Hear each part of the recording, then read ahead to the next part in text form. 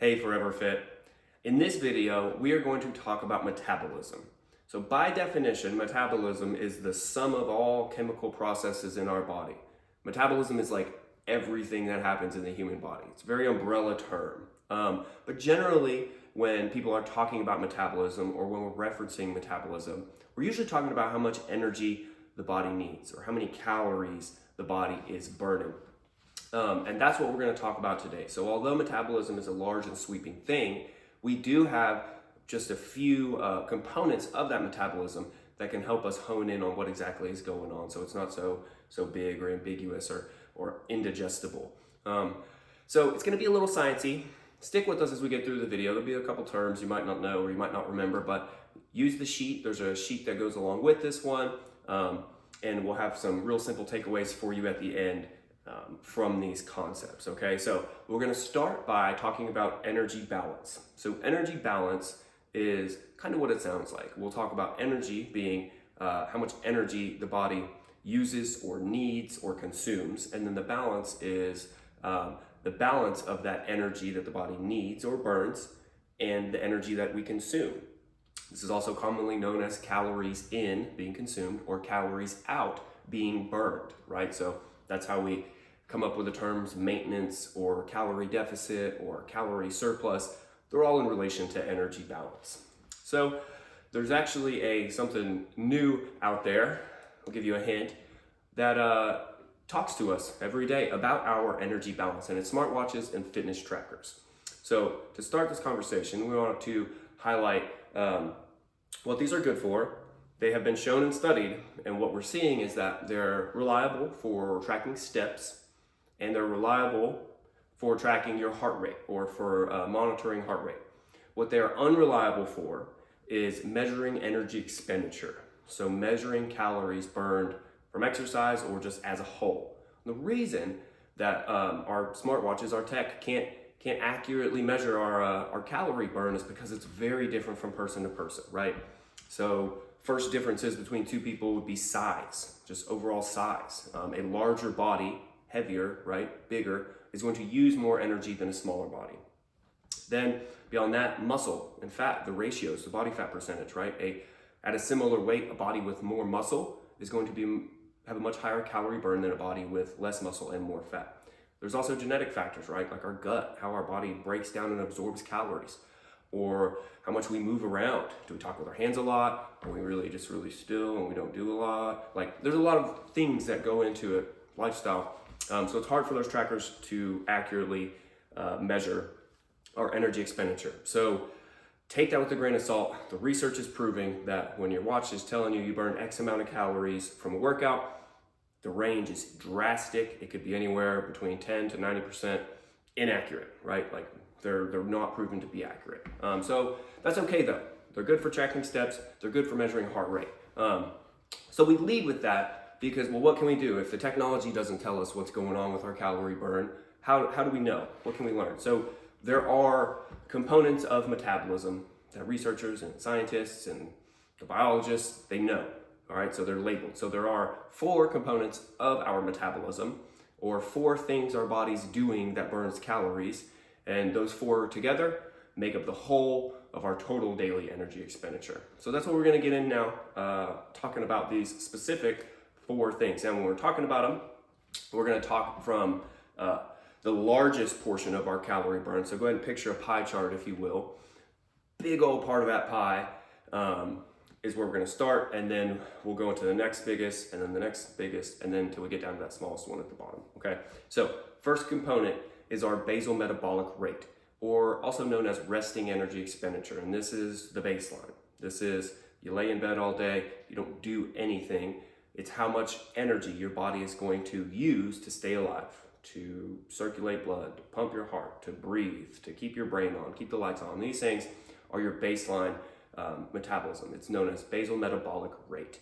Contributors to what the basal metabolic rate, they're sweeping, so age, gender, body composition. These are the big ones. So the size of your body, and then that lean mass to fat mass ratio affect how high or how low your basal metabolic rate is. But what's important about the basal metabolic rate to note is that it accounts for between 70 and 80% of our calorie burn on a daily basis.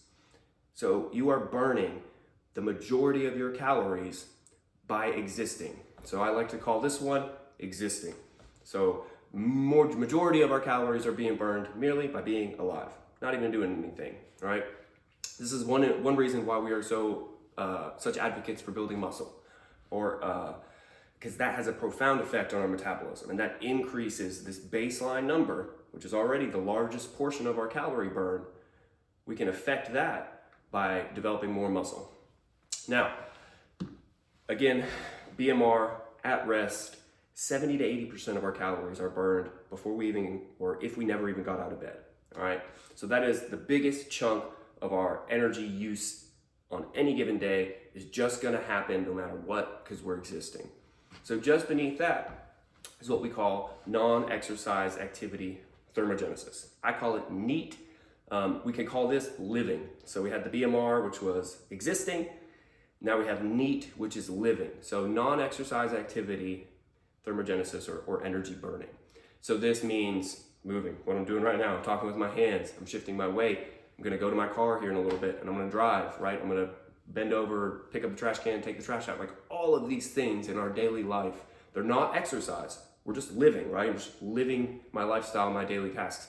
These are the next portion of our calorie burn, and they're coming in at between 10 and 20%. So again, a large portion of our calorie burn is coming from being alive, existing, and then living, just moving and going through life. So now we're at like almost 90% of our calories burned or energy being used in a given day just by being up on our 2 feet and moving around. This is why we promote, living an active lifestyle, taking breaks from work, just moving more.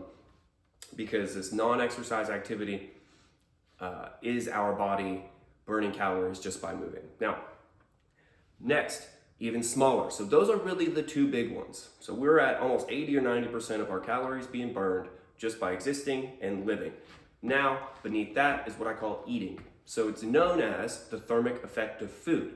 What this is referencing is when we consume food, the magic starts happening down here and we're digesting it, absorbing it, breaking it down, sending it where we need. All of that costs energy, right? We don't just eat food and then it's just like magically being used. It has to be utilized, it has to be shuttled around, it has to be broken down, and that costs energy or calories. So when we consume food, we burn a little bit of calories from that.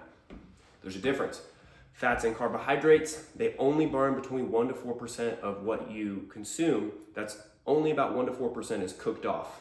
Thermic effect of eating, right? It's lost in the process of metabolizing it. So that's for fats and carbohydrates. Now, where the thermic effect of food or eating gets really useful or advantageous to us, especially if we're looking to burn some more calories, is that protein. Protein has a much higher thermic effect of food, thermic effect of eating than fats and carbohydrates. So proteins, depends on the protein source, but it can range between 10 to 30% being lost, cooked off by being metabolized in our belly. So when we consume protein, if I consume 100 calories worth of protein, there's a chance that by the time that gets down here and it's done and dusted, I'm only netting about 75 calories from that. Whereas if I consumed 100 calories of fat, I'm still gonna net about 96, 97 calories. Like just a tiny bit's getting cooked off. But when we get protein in the system, it is cooking and we are burning calories just by eating. So the thermic effect of food can account for up to 10% of the calories burned in a given day. If you have a higher protein diet or a higher thermic effect from your diet, which is only gonna come from more protein, then you are now increasing your calorie burn. So that's number 3. Now, the smallest and the last one is what's known as exercise activity thermogenesis. This is really simple. This is working out. So let's talk about the journey so far. We were existing, and we're living and moving through our day, and we're eating. These are the 3 main functions that you're doing every single day, and we're already at the majority of our calories being burned on a given day without even exercising. So this is where these smartwatches kind of start to throw us off, because they might throw us a really big number for a workout, but the reality is that number is inaccurate. It doesn't make a lot of sense. So our calories burned from exercise is usually 3, 5, 8%, very small. And if you think about it, it makes sense because we're already burning so many calories up here at the top of this that by the time we're now exercise is just existing and moving and living just at a slightly higher intensity. Our heart rate's up, our body's moving a little more muscle fibers are contracting. So it's kind of like what's already happening. We're already living and moving, but it's just ramped up a little bit. So in an hour and a half of working out, you might burn 500 calories, but you also were probably already gonna burn 250 calories, 300 calories that hour and a half anyways, right? If there was just some situation where before exercise we weren't burning any calories and then we exercised, then that might be a dramatic calorie burn. But because we're already cooking, we're already burning calories, the return from a calorie burn or energy burn standpoint on exercise is very small. So the majority of our calories being burned come from existing, living, and eating. And the smallest part of that, it's like the sprinkle, the icing on the cake, is from exercise. And this is why we are such big proponents of more movement, more walking. When you exercise, you're gonna stress your body, you're gonna create some inflammation. So there are side effects, but they're good side effects. But if we just increase that dose to an intolerable level, we start doing 2 workouts, 3 workouts a day, we're doing a bunch of cardio, we're just smoked, we're adding all this stress on our body for very little return. But if you just go out for more walks, you move more throughout the day, you increase your daily step count a bit on average, you're now getting a much bigger return from a calorie burn standpoint without the negative side effects of the stress, the inflammation from exercise, right? We want to keep that to an appropriate level. And if we want a further calorie burn, then that low intensity, walking and moving, you can pace when you're on the phone, you can go out for walks with your meals, all this stuff that we talk about. This is why we do it, because exercise is not a great calorie burn. And that's why at Forever Fit, we want you to build muscle. It's a longevity game here. When you build muscle, you're building your metabolism and you're not just treading water, which is kind of what exercise to burn calories is, because you're already burning those calories pretty much.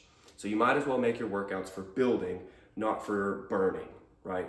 Then you can improve your metabolism over time, build muscle, have a higher calorie burn at rest or in your lifestyle because you're used to moving a lot, you're used to getting a lot of walks, as opposed to just doing more cardio just to burn calories and spend energy.